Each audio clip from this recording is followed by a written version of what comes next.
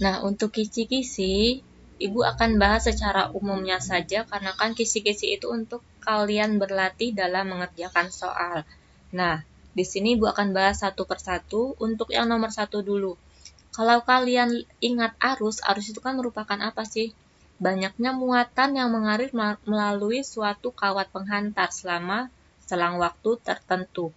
Nah, berarti kalau banyaknya muatan atau Q itu sama dengan banyaknya jumlah elektron. Elektron itu adalah suatu muatan listrik. Nah, kalau diketahui di soal di sini, sebanyak 3,6 kali 10 pangkat 20 elektron. Berarti kan ini adalah jumlah dari elektronnya. Nah, kemudian yang diketahui lagi ada besar muatan elektron itu sendiri atau Qe, muatan dari elektron berapa nilainya? 1,6 dikali 10 pangkat negatif 19.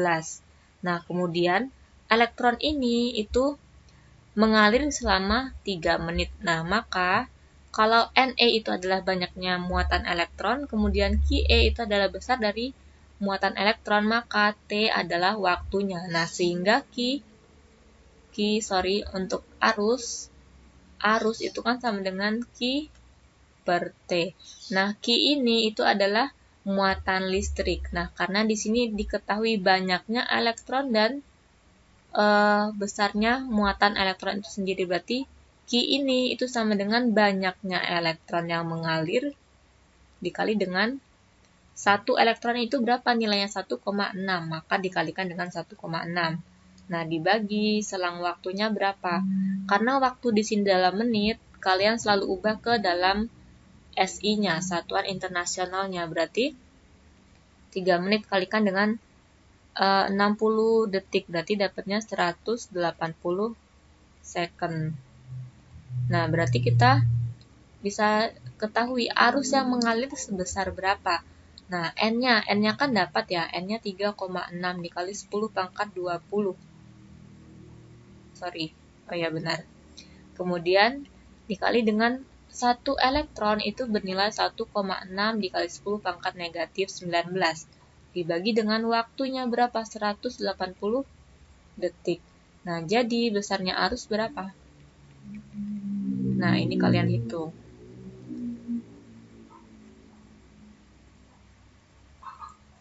Nah, selanjutnya nomor 2. Nomor 2 ini itu tentang hukum Ohm ya. Nah, kalau diketahui sebuah baterai memiliki hambatan internal 20 ohm. Nah, hambatan internal itu adalah hambatan dalam baterai itu sendiri. Kemudian, dan GGL-nya sebesar 15 volt. Nah, 15 volt ini adalah tegangan yang mengalir. Kemudian, untuk mengirimkan arus sebesar 500 mA.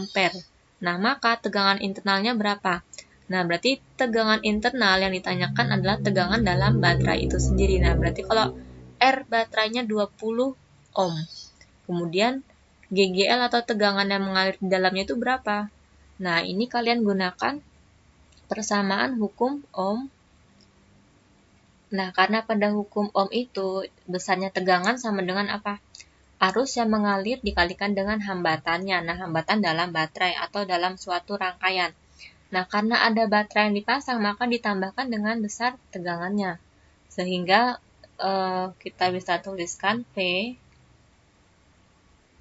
itu sama dengan apa? GGL plus arus dikali hambatan.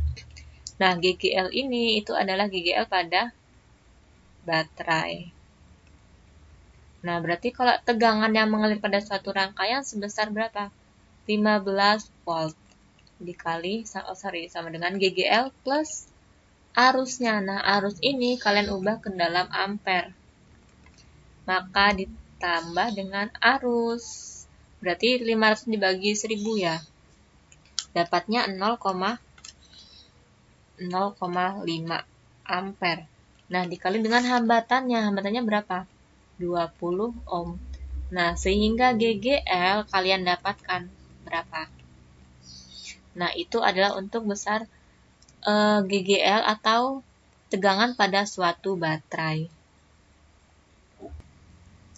Nah, berikutnya untuk yang nomor 3, Nomor 3 itu tentang hambatan jenis pada suatu kawat. Nah, jadi kalau hambatan jenis itu kan besarnya hambatan jenis atau hambatan pada suatu kawat. Nah, itu sama dengan apa? Rho dikali L per A. Nah, Rho ini adalah besarnya hambatan jenis pada suatu kawat. Jadi kan kalau kawat itu memiliki jenis yang berbeda, maka Rho-nya juga berbeda. Seperti misalnya kawat tembaga atau nikel.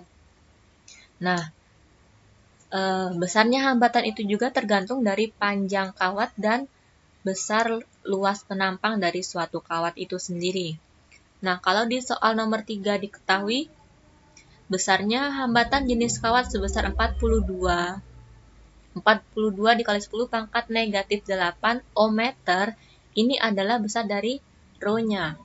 Nah, kemudian diketahui lagi ada panjang kawat, berarti kan L-nya 2 meter. Dan luasnya sebesar 4 dikali 10 negatif 2 cm. Nah, berarti A ini kalian ubah ke dalam meter, berarti 4 dikali 10 pangkat negatif 4 meter. Nah, berarti R-nya kita bisa dapatkan.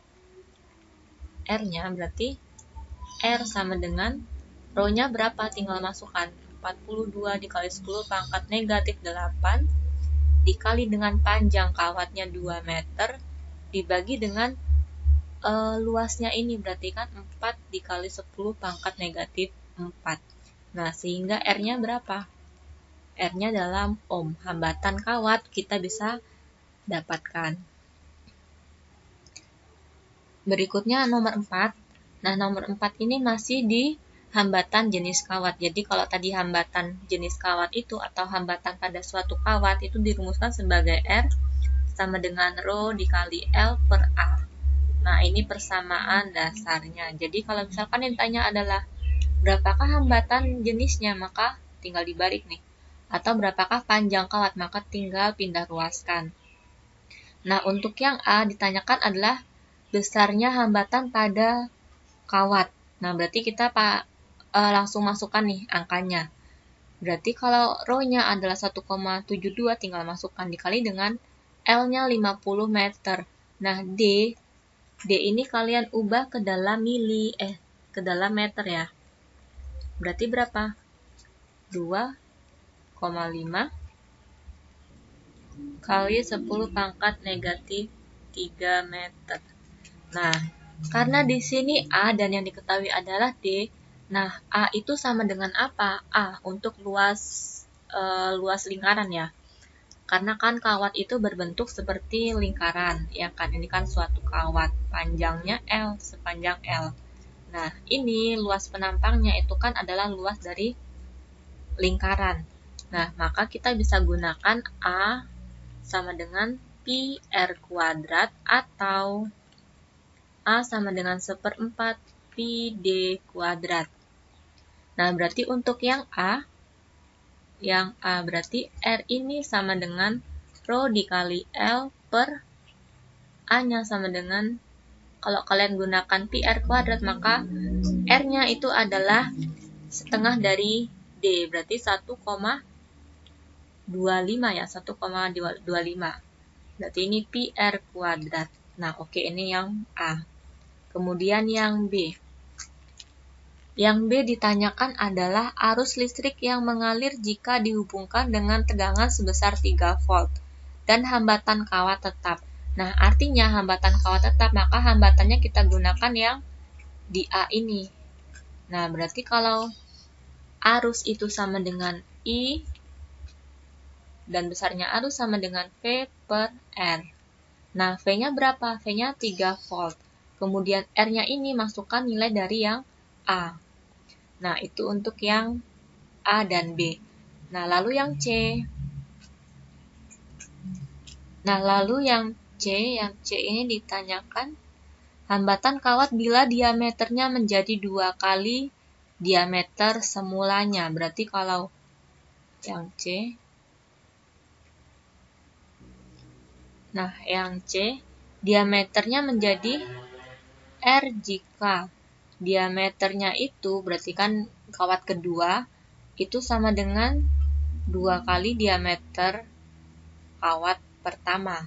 Nah, berarti kita ganti nih D-nya. Berarti D-nya sama dengan berapa? D2 sama dengan 5 mm. Berarti sama persamaannya dengan yang A. Berarti R sama dengan rho dikali L, panjangnya masih sama, hanya diameternya menjadi 2 kali lipatnya. Berarti kalau kita gunakan persamaan yang PR kuadrat, ini PR kuadrat, nah maka R-nya ini sama dengan berapa? Kalau diameternya sama dengan 5, maka R-nya kan 2,5 mm. Nah, ini ubah ke dalam meter, berarti 2,5 dikali 10 pangkat negatif 3 meter. Nah, oke, itu yang untuk nomor 4 ya. Nah, sekarang kita ke nomor 5, ini rangkaian seri dan paralel. Nah, paralel. Nah, kalau kalian lihat, ini kan ada suatu rangkaian yang disusun secara seri dan paralel. Nah, berarti kalau di sini ada R1 sebesar 1 ohm, R2 sebesar 3 ohm, dan R3 sebesar 6 ohm. Nah, berarti kita tahu yang paralel adalah yang hambatan 2 ini, hambatan 2 dan hambatan 3 itu disusun secara paralel. Berarti kalau R2 dan R3 ini sebagai RP, maka nanti kalau kita sudah hitung RP-nya, kita jadikan seri dengan R1. Nah, berarti kalau kita tulis nih, kita tuliskan. Nah, pertama itu kan kita cari dulu untuk RP. RP pada R2 dan R3. Nah, maka RP ini kita bisa cari. 1 per RP itu sama dengan 1 per R2-nya berapa? R2-nya 3. Kemudian ditambah dengan 1 per R3, 6. Nah, maka 1 per RP ini kita dapatkan 3 per 6. Nah, berarti RP itu sama dengan 2 ohm. Kita balikan. Nah, RP sama dengan 6 per 3. Jadi, RP-nya sama dengan 2 ohm. Nah, kemudian kalau yang paralel ini kita sudah gabungkan, maka nanti akan jadi seri. Seri dengan yang R1, maka nanti rangkaiannya seperti ini. Nah, ini yang R1, kemudian yang RP tadi karena kita sudah gabungkan, maka akan seri dengan R1.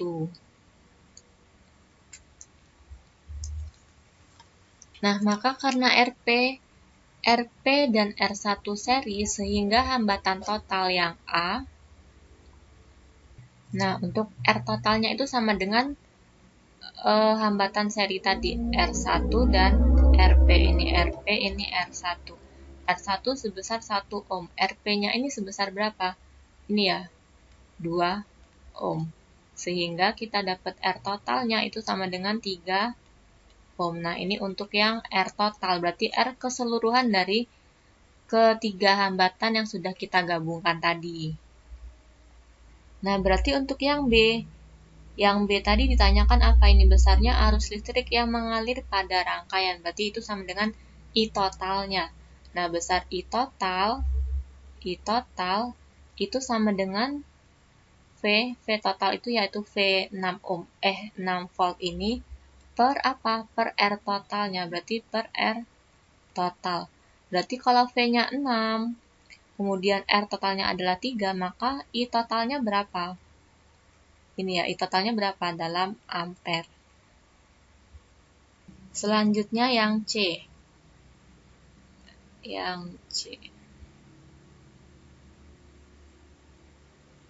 Nah, yang C ditanyakan adalah besarnya arus listrik yang mengalir pada hambatan R2. Berarti I pada hambatan R2 atau sama dengan I2. Nah, kalau tadi kita ketahui bahwa I totalnya berapa sih? 6 ya, ini 6 per 3. Jadi dapat I totalnya sama dengan 2 ampere. Nah, Ibu akan bahas yang ini. Nah, I2 ini karena ditanyakan pada hambatan kedua itu sebesar 3 ohm. Nah, maka I persamaan arus itu sama dengan apa? Sama dengan V per R. Nah, V ini kalian cari dulu V pada rangkaian paralel.